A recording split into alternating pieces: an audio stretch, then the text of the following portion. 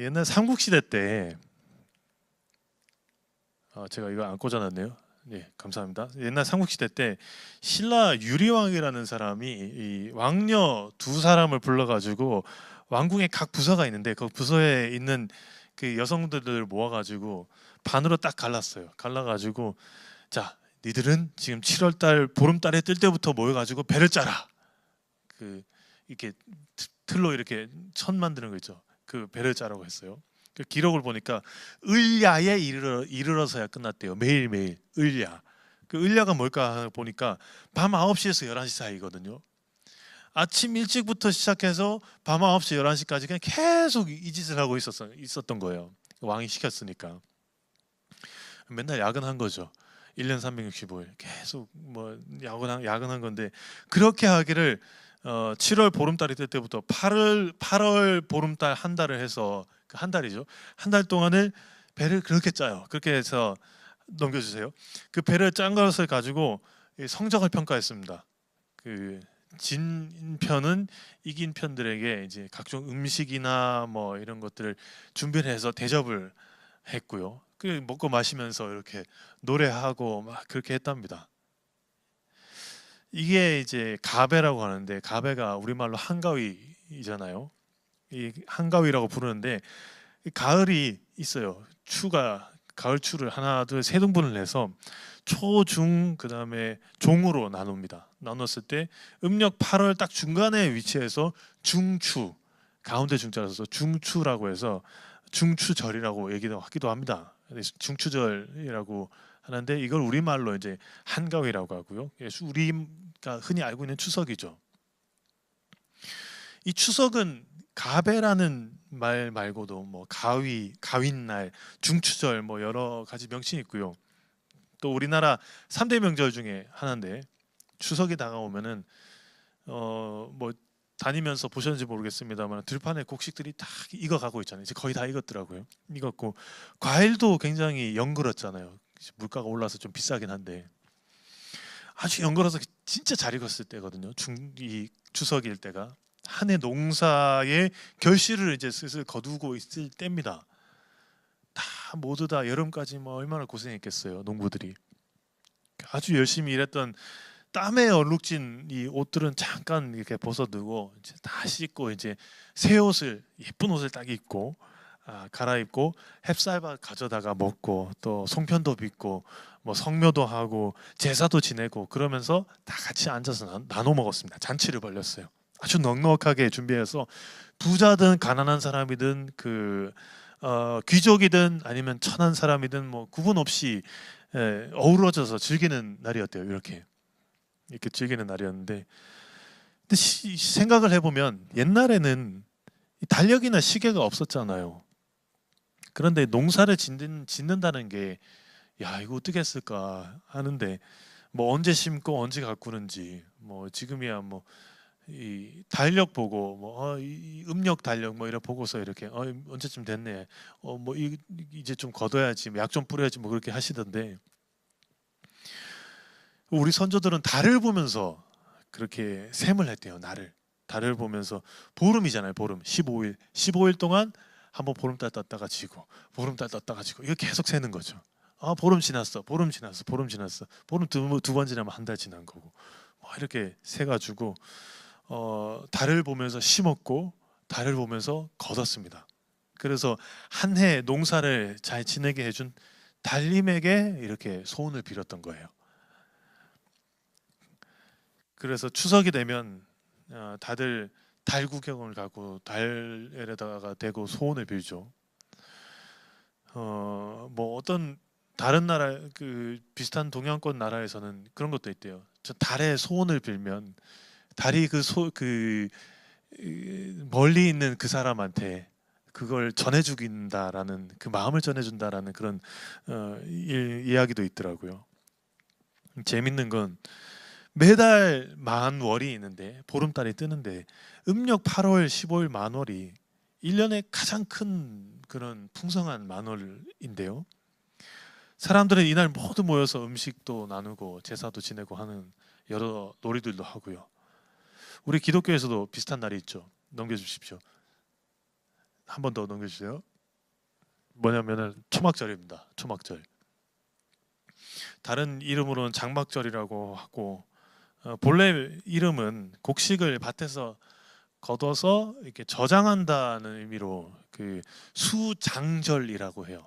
거둘 숫자 써가지고 수장절이라고 하는데 후대에 와서는 이제 그냥 이 절기에 그냥 집 놔두고 뭐 곡식 뭐 일단은 냅두고 7일 동안 밖에 텐트 치고 그냥 자는 거예요. 캠핑하는 거예요. 7일 동안. 그렇게 지내면서 여호와 앞에 나가서 제사를 드리게 되면서 이렇게 초막절로 부르기 시작했대요. 그런데 이 절기가 그 해 추수에 대한 감사에만 그칠 수도 있는데 그게 아니라 하나님께서 과거 이스라엘의 민족의 조상들을 애굽에서 인도해 내셨고 광야 생활에서 보호하셨고 지켜주셨음을 감사하는 의미가 더 큽니다. 그때 이렇게 이런 식으로 텐트 치고 지냈기 때문에. 말씀을 보면 이렇게 나와 있어요. 다음 넘겨주십시오. 너는 매번 3번 내게 절기를 지킬지니라 해서 뭐 무교병의 절기를 지키라. 그 다음에 맥추절을 지키라. 그 다음에 수장절을 지키라. 이렇게 3번 얘기를 했습니다. 나와서 하나님 전에 나와서 얼굴을 비춰라 이건데 이렇게 잊어먹지 말고 3번의 절기를 딱 정해놓고 지키라고 하셨어요. 애굽 땅에서 노예 생활을 벗어나게 해주신 것을 감사하는 무교절, 그리고 두 번째로는 첫 열매를 거두게 해주신 맥추절, 그리고 매년 마지막에 거두는 것을 감사하는 수장절, 초막절, 똑같은 건데 그렇게 3가지가 있습니다. 그래서 매년 말씀하신 전일 통해서 1년에 3번씩 하나님 앞에 탁 나와서 감사하고 제사 지내고 1년에 3번 하나님 앞에 나와서 그렇게 감사를 드리라고요. 보면서 왜 그럴까 생각을 하면서 딱 보는데, 생각해 보면 사람이 감사를 한다는 게 감사할 만한 일이 있을 때 감사를 하잖아요. 내 마음이 흡족하고 막 좀 뭔가 유들유들해지고 좀 부드러워지고 뭐 맛있는 거 먹었을 때, 아니면 뭐 기분 좋을 때, 아주 좋은 데를 데려가 줬을 때, 아니면 나한테 돈을 줬을 때 아이고 감사합니다 하잖아요. 근데 정기적으로 감사를 하래요. 정기적으로 감사할 만한 일들이 물론 다 있습니다만은 매일매일 있는 겁니다만은 정기적으로 이렇게 감사하다, 그럴 만한 일이 과연 있을까? 왜 그러셨을까? 그럼 만약에 감사할 만한 일이 없는데, 내가 스스로 느꼈을 때 감사할 만한 일이 없고 또 그렇게까지 감사하고 싶지만은 않은 그런 기분이 있을 때 있잖아요. 기분이 들 때. 그럴 때 있는데 그날이 초막절이다, 그날이 맥주절이다. 그러면 어떻게 해야 될까? 뭐 가긴 가겠지만 진짜 그 마음에 막 우러나서 감사하겠어요? 그냥 뭐 시큰둥하게 이러고 말겠죠. 그럼 하나님이 이게 진짜 원하시는 건가 하면서 보는데, 감사란 게요 3가지로 나눌 수 있대요. 다음 넘겨주십시오. 네, 넘겨주세요. 이게 초막절, 처음에 맥주절, 초막절. 그다음 넘겨주세요. 감사란 게 이 3가지로 나눠볼 수 있대요. 먼저 남과 비교해서 내가 상대적으로 우월하다는 것을 느꼈을 때, 내가 쟤보단 낫게 해주셔서 감사합니다 하는 그 감사. 그리고 두 번째로는 내 안에 있는 나만의 열매를 발견한 순간의 감사. 그러니까 내가 막 이렇게 내면적으로 고민을 하든 뭐 이렇게 하고 있어요. 그런데 어느 순간 탁 깨달았어요. 그렇구나 하면서 그런 감사. 마지막으로 지금 내게 아무것도 없어도 앞으로 맺을 열매를 생각하면서 하는 그런 감사가 있대요. 미래적 감사라고 하는데, 그런데 이게 첫 번째와 두 번째는 뭐 때에 따라서 뭐 내 기분에 따라서 달라지기도 하고 또 아무나 할 수 있는 거라고 해요. 근데 내가 남과 비교해 보았을 때 나오는 것은 현재적 감사, 뭐 과거적 감사 이렇게 구분을 하더라고요. 근데 주로 물질적인 것들과 좀 많이 그 연관이 있어요. 그런데 그리스도인이라면 이렇게 해야 된대요. 누구나와 다른 것이 세 번째 감사인데, 미래적 감사인데, 이것을 우리가 가지고 있다라는 거죠. 미래적 감사. 이 미래적 감사를 통해서 우리가 소망이 있다라고요.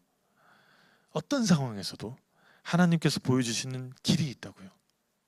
그래서 그리스도인은 늘 소망이 있기 때문에 늘 감사를 드린다라고 합니다. 한 젊은 화가가 있었어요. 젊은 화가가 있었는데 자기에게 실력이 좀 있었어요. 열심히 연습해서 그림을 그렸습니다. 그림을 하나 그려서 그 그림이 많은 사람들한테 사랑을 받았으면 좋겠다 생각을 했어요. 연습해가지고 하나 멋지게 작품 딱 하나 그려가지고 이것을 한번 시험해보고 싶어졌어요. 누구한테 보여주면서.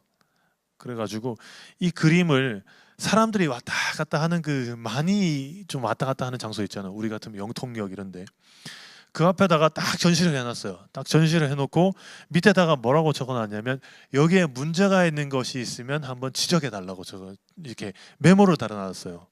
그러고 나서 집에 돌아왔습니다. 집에 돌아와서 이 화가 기분이 어땠을까요? 어떤 생각을 가지고 있었을까요? 한번 해봐. 뭐 문제가 있겠어? 어디 해봐. 그랬겠죠. 다음날 갔습니다.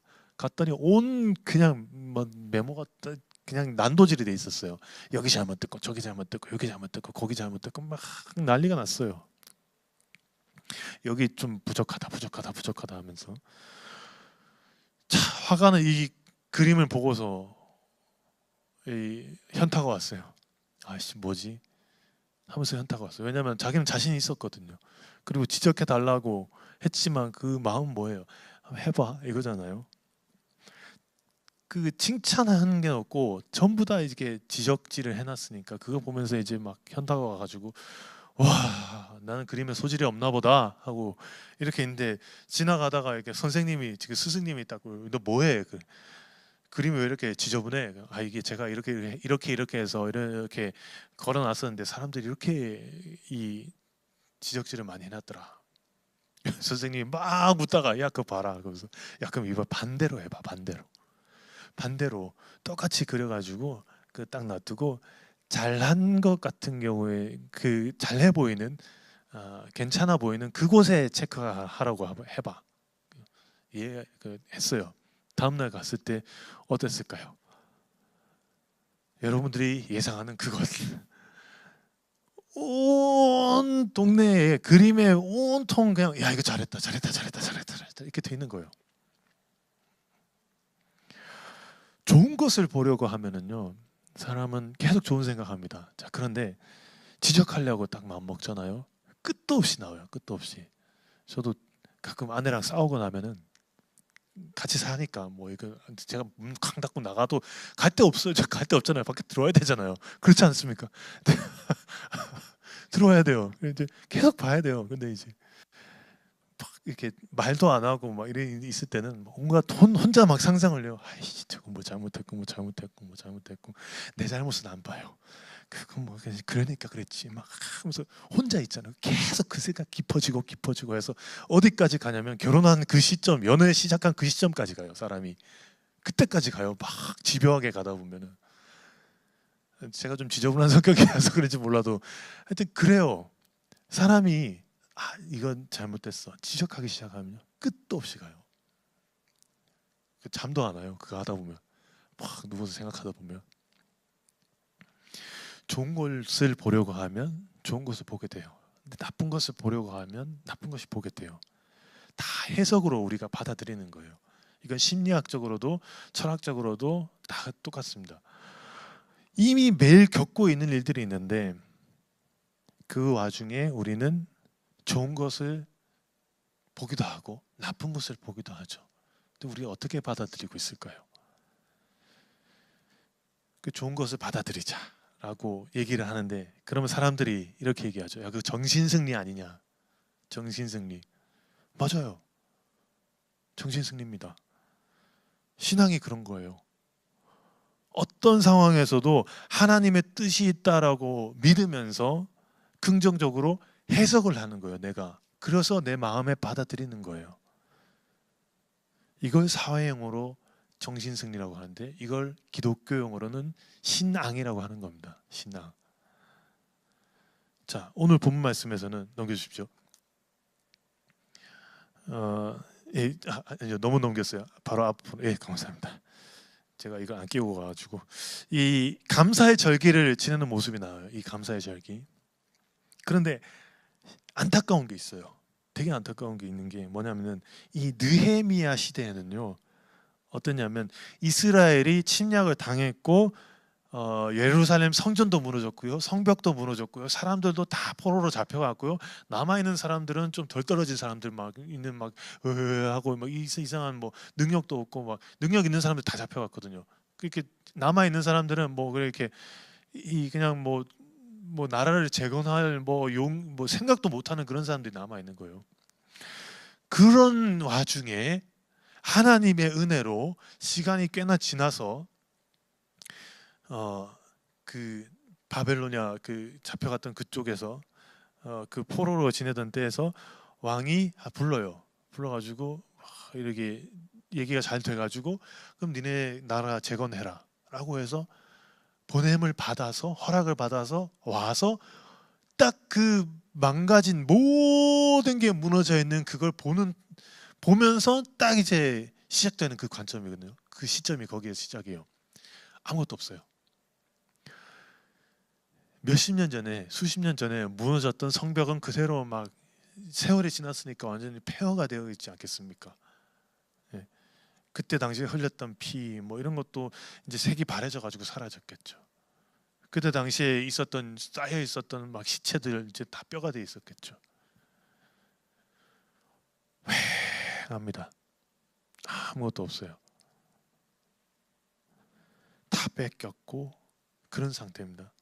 근데 돌아와 뭐 재건하라고 은혜로 왔지만 아무것도 없어요. 나라 빼앗긴 다음에 축제를 지내라? 야, 이거 어떻게 할 수 있을까요?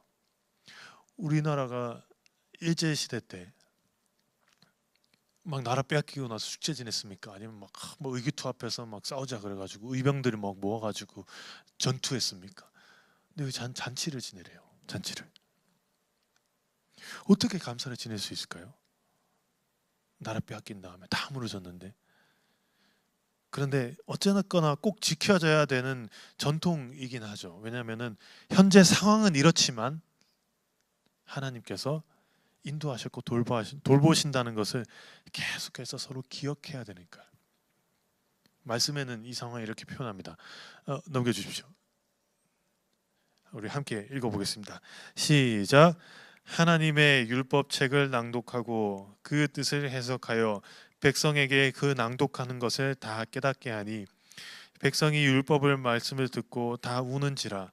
총독 느헤미야와 제사장 경학사 에스라와 백성을 가르치는 레위 사람들이 모든 백성에게 이르기를 오늘은 너희 하나님 여호와의 성일이니 슬퍼하지 말며 울지 말라 하고. 다 무너진 것을 바라보면서 허망한데 허탈한데 거기서 이제 말씀부터 세우기 시작하는 거예요. 딱 사람들 모아놓고 하나님의 말씀을 다 읽어줘요. 그랬더니 사람들이 듣고 막 다 울어요. 아, 우리 조상들이 이렇게 잘못을 했었구나. 우리도 잘못 배워왔구나. 막 울어요. 회개의 눈물도 있을 거고 그걸 바라보면 무너진 모든 것들을 바라보면서 허탈한 눈물도 있을 거고 기가 막힌 눈물도 있을 거고 막 울어요. 그랬더니 얘기합니다. 울지 마라. 오늘은 여호와의 성일이다. 기뻐하라. 기뻐하라. 어떤 상황 속에서도 꾸역꾸역 그 축제의 서막을 여는 그 시점에 느헤미야가 이렇게 얘기합니다. 한 번만 더 넘겨주십시오. 함께 읽겠습니다. 시작. 느헤미야가 또 이르기를 너희는 가서 살찐 것을 먹고 단 것을 마시되 예비치 못한 자에게는 너희가 나누어 주라. 이 날은 우리 주의 성일이니 근심하지 말라. 여호와를 기뻐하는 것이 너희의 힘이니라. 아멘. 한 사람들이 다 함께하는 축제의 서막입니다. 남녀노소 할 것 없이 마음껏 먹고 마음껏 마시는데 조건이 한 가지 있어요. 피치 못할 사정이 있어서 준비하지 못한 사람이 있는데 나눠줘라. 혼자 먹고 혼자 마시지 말고 같이 먹고 같이 마시고 놀아라. 근데 생각해 보세요. 뭐 나눠 먹을 거라도 있었겠습니까? 살찐 소가 있었겠어요? 달달한 게 이렇게 많이 있었겠어요? 있는 거 없는 거 빡빡 모아가지고 먹으라는 얘기예요. 다 나눠 먹으라는 얘기예요. 콩 한 쪽도 나눠 먹으라는 그 속담처럼 그렇게 나눠 먹으라는 얘기예요. 나라도 없고 가진 것도 없고 집도 절도 없어요. 갈 곳도 없고요. 불러주는 것도 없습니다. 아주 기가 막히고 말도 안 되는 상황이지만 이날만큼은 어떻게 해요? 마음껏 먹고 마시라. 나눠주라. 하나님을 기뻐하라. 풍족하든지 부족하든지 상관없습니다. 뭐든 서로 나눠 먹습니다. 힘든 상황이지만 하나님이 계시니까 근심하지 않아요. 이제 하나님께서 이제 함께 하신다. 그동안은 함께 하지 않으셔가지고 우리가 이따위로 됐는데 이제 회복의 때가 왔다. 소망이 있는 거예요. 소망이. 근심하지 말고 함께 기뻐하고 그것이 하나님을 미쁘게 하고 하나님이 보시기에도 좋고 우리에게도 복이기 때문에. 요즘 TV나 이런 거 보면은 난립니다. 뉴스 보니까 뭐 물가도 오르고 해서 막 죽는다 그래요 다들. 그리고 막 대출 PF가 너무 높아가지고 이제 막 뭐 나라 많이 막 그런 얘기도 돌고 다 힘들다고 막 그러고 있잖아요. 근데 이럴 때일수록 우리가 어떻게 해야 되겠습니까?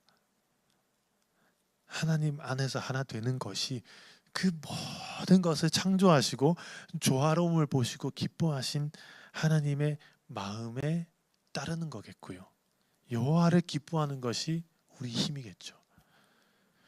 우리 추석도 지금 연휴가 계속되고 있는데 이것과 똑같지 않겠습니까? 함께 나눠 먹고 즐거워하는 것이 가장 중요한 거예요. 오랜만에 만났는데 어쩌다 얼굴이라도 붉히게 되면 그냥 안 만나느니만 못하잖아요. 그래서 아예 만나지 않기도 하는데 이게 애석한 일이죠. 하나님께서는 그렇게 하라고 하시지 않은 것 같은데. 다음 넘겨주십시오. 사람의 마음과 행동에 관해서 연구하는 심리학자들이 꽤 오랫동안 부정적인 측면이 있는데 사람의 마음 속에 그걸 해결하기 위해서 어떻게 하면 좀 없앨 수 있을까 이런 부정적인 면을 그래서 연구를 막 했어요. 근데 아무리 노력해도 애써도 이 부정적인 면을 제거할 수가 없었어요. 당장 뭔가 막 우울해요. 상담을 해주든지 약을 처방해 주든지 해요. 근데 또 다른 문제가 와요. 그게 약간이 좀 해결되는 것 같았는데 우울증을 고치니까 공포증이 생겨요. 공포증을 고치니까 건강염려증이 생겨요. 계속 연쇄작용을 계속 생겨요. 뭐 하나 막으면 또 생기고 또 생기고 그래요.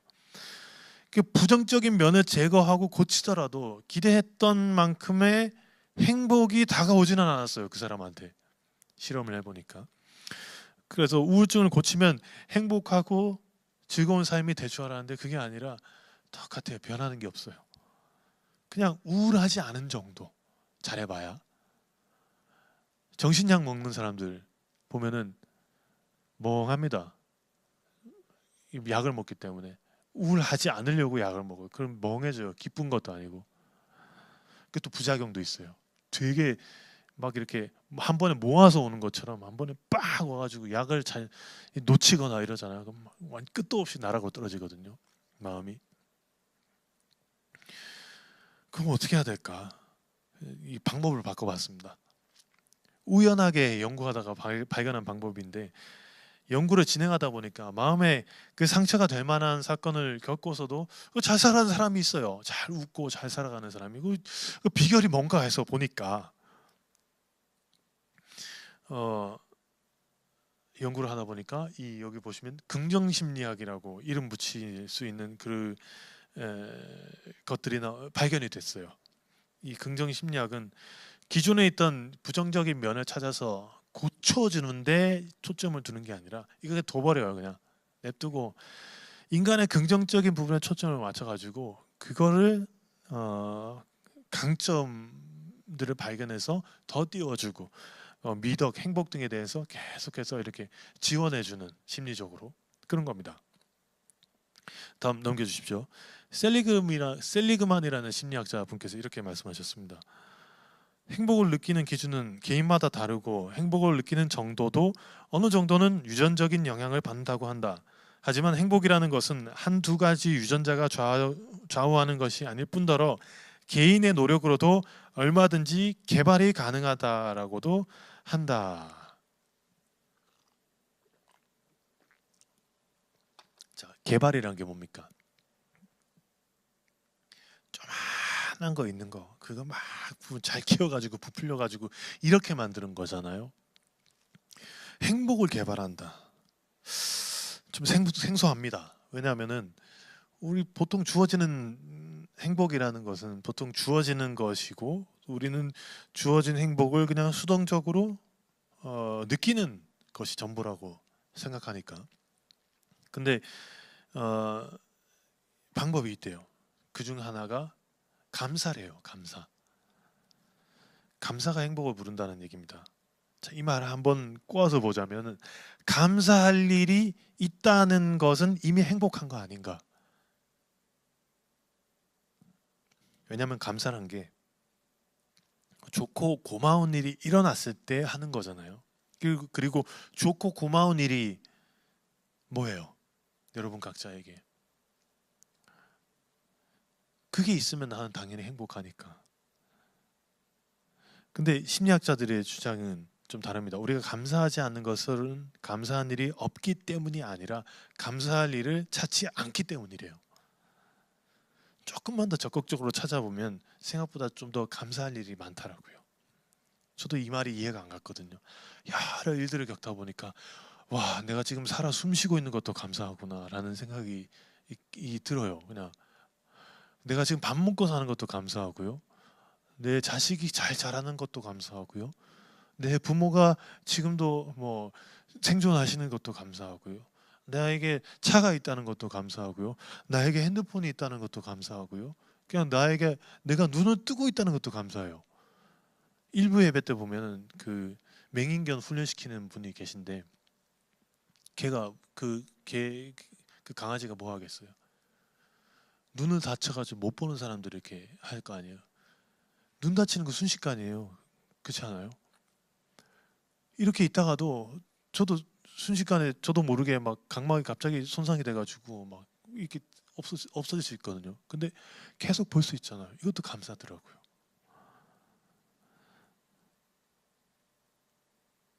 감사할 일을 찾지 못했을 뿐이라고. 근데 사실 좀 찾기는 힘들어요. 왜냐하면 우리는 기쁜 것보다는 슬픈 게 더 강렬하게 다가오니까. 추석 연휴가 계속되고 있습니다. 연휴 잘 보내시고 있습니까? 넘겨주십시오. 그리스도인들은 다른 사람들과는 다르게 이렇게 어, 제사를 안 지내죠. 왜냐하면은 뭐 물론 하나님이 아닌 다른 것을 섬기는 게 아니기 때문이기도 하고, 그리고 세상을 떠나서 만날 수 없는 부모님을 찾는 그 성묘나 제사보다는 살아 계실 때, 우리는 천국에서도 또 만나겠지만 살아 계실 때 잘해라. 십계명에서도 나오잖아요. 이 사람들에게 주는 첫 번째 계명이 네 부모를 공경하란데, 그 마음으로 살아계신 하나님, 그 부모님을께 효도를 더 해라라는 말인데, 그게 바람직하니까요. 어, 그런데 이 제사라는 것이 참 재미있는 의미가 있습니다. 어, 제사는 그 조상을 섬기는 의미도 있지만 그 중요한 것은 그걸 핑계 삼아서 그런 의미도 있대요. 조상을 섬기는 것도 있지만 그 가족 친지끼리 다 멀리 살고 다 하는 사람들끼리 다 모여가지고 다 같이 그냥 밥 한 끼 하는 거예요. 밥 한 끼 하고 서로 얼굴 들여다보고 하는 건데, 제사를 지내야 하나 말아야 되나, 그 지내는 게 옳습니까 안 지내는 게 옳습니까, 가서 절해야 됩니까 말아야 됩니까, 믿음대로 하세요. 뭘 그거 가지고 하나님이 그거 가지고 뭐 이렇게 흔들리시는 분도 아니고요. 여러분들 기도하세요. 그냥 중요한 거는 다음 넘겨주십시오. 정신이겠죠. 초막절의 정신처럼 풍족하든지 부족하든지 상황이 어떻다 뭐 이런 생각 때문에 감사하기 어려울 때가 많은데 그거를 조금 눈을 돌려보라는 거죠. 추석에 온 가족 친지가 모여서 서로 얼굴 보고 음식을 나누는 것, 그것이 하나님 안에서 형제가 연합하는 일이고 동거하는 일이고 하나가 되고 하나님을 만드신 하나님을 께서 창조하신 그 세상이 조화처럼 어우러져서 아름다워지는 거거든요. 한 번 더 넘겨주십시오. 하나님 안에서 우리 모두가 조화롭게 어우러져서 하나님을 기뻐하는 것, 뭐 없어도 돼요. 상관없어요. 그래도 하나님이 계신다는 게 기쁨이 되는 거. 왜? 지금은 뭐 가진 거 없이 뭐 거두는 것도 없어도 하나님이 딱 같이 계신다. 오케이, 됐어, 끝. 다 생길 거니까 지금부터. 이것이 우리 힘이거든요. 거기가 천국이고 거기가 하늘나라겠습니다. 우리가 눈을 탁 뜨고 있다 눈물을 막 쏟아내기도 하고 막 기대하는 그런 때잖아요. 근데 그곳에 제발 좀 그 나라가 빨리 좀 임하게 해주십시오. 내가 내 마음속에 천국이 임하게 해주십시오. 우리 가정의 천국이 되게 해주십시오. 그렇게 막 기도하는 나라가 그런 나라거든요. 그때 이르기까지 우리 감사로 하나님께 제사를 드리시고 감사로 가진 것을 계속 나누자고요. 그것이 우리 천국이니까요. 추석을 맞이해서 아주 즐겁고 기쁘고 풍성한 한가위 연휴 되시기 바랍니다. 그리고 시간이 지나고 월화 지나고 이제 수요일부터 다시 또 일주일이 또 시작되는데 그곳에서 여러분들 다시 출근하고 다시 돌아간 그곳에서 하나님의 나라가 또 이루어지시기를 간절히 기원합니다. 기도하겠습니다. 하나님, 우리 민족의 큰 명절인 추석을 맞이해서 하나님과 이끄셨던 하나님과 하나님께서 이끄셨던 이스라엘 사람들의 일들을 생각해 봅니다.